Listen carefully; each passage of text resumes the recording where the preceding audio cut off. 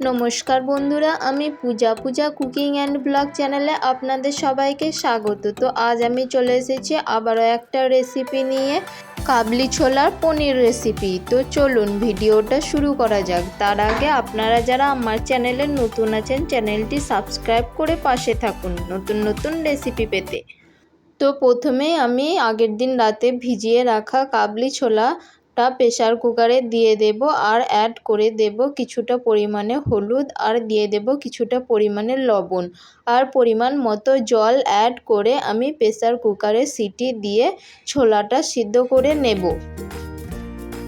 তো ওইদিকে আমি ছোলাটা প্রেসার কুকারে সিদ্ধ করতে বসিয়ে দিয়েছি, আর এইদিকে কড়াইয়ে দিয়ে দিয়েছি কিছুটা পরিমাণে সাদা তেল। আর এখানে আমি 150 গ্রাম মতো পনির নিয়েছি। পনিরটা আমি কেটে নিয়েছি পিস পিস করে, আপনারা আপনাদের পছন্দ মতো সাইজে কেটে নেবে। তো তারপরে এখন আমি হালকা করে ফ্রাই করে নেব। খুব বেশি ফ্রাই করব না, এতে পনিরগুলো শক্ত হয়ে যাবে আর খেতেও টেস্ট লাগবে না।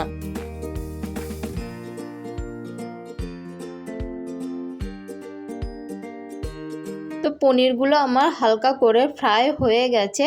এখন আমি নামিয়ে নেব একটি পাত্রে, এবং তারপর আমি ওই কড়াইয়ে অ্যাড করে দেব কিছুটা পরিমাণে সরিষার তেল, আর তারপর অ্যাড করে দেব কিছুটা পরিমাণে গোটা জিরে, দিয়ে দেব তেজপাতা, আর দিয়ে দেব একটা শুকনো লঙ্কা। তো তারপর আমি অ্যাড করে দেব একটা মিডিয়াম সাইজের কেটে নেওয়া পেঁয়াজ।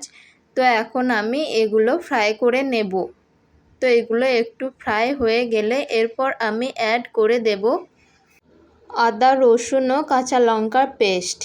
তো আদা রসুন ও কাঁচা লঙ্কার পেস্টটা আমি ফ্রাই করে নেব কাঁচা গন্ধটা চলে যাওয়া পর্যন্ত।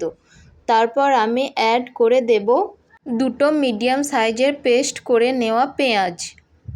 এখন হালকা বাদামি কালার আসা পর্যন্ত আমি ফ্রাই করে নেব।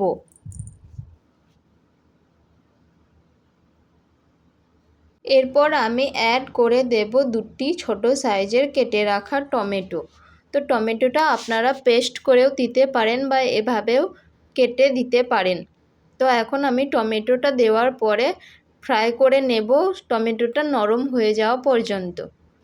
এরপর আমি কিছু গুঁড়ো মশলা অ্যাড করব। তো সমস্ত মশলাগুলো আমি বাটিতে একটু জলে গুলে নিয়েছি। তো এর মধ্যে আমি অ্যাড করেছি ধনে গুঁড়ো, জিরে গুঁড়ো, কালারের জন্য অ্যাড করেছি কাশ্মীরি লাল লঙ্কার গুঁড়ো, হলুদ গুঁড়ো, আর দিয়ে দিয়েছি স্বাদ মতো লবণ। তো এখন সমস্ত মশলাগুলো আমি খুব সুন্দরভাবে ফ্রাই করে নেব।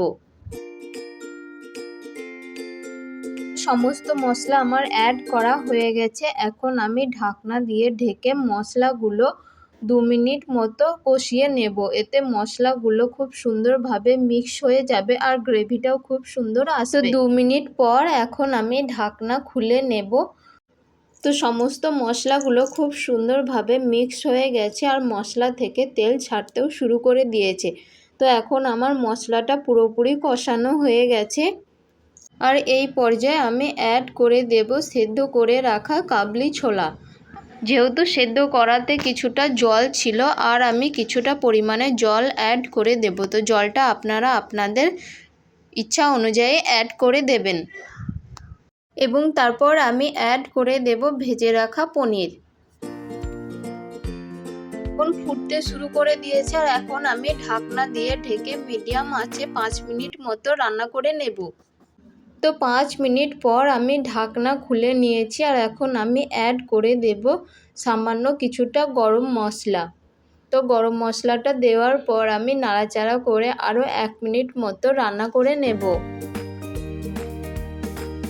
তো 1 মিনিট পর আমি গ্যাস অফ করে দেব। তো ঝোলটা আমি একটু বেশি রেখেছি, আপনারা আপনাদের ইচ্ছা অনুযায়ী রাখতে পারেন।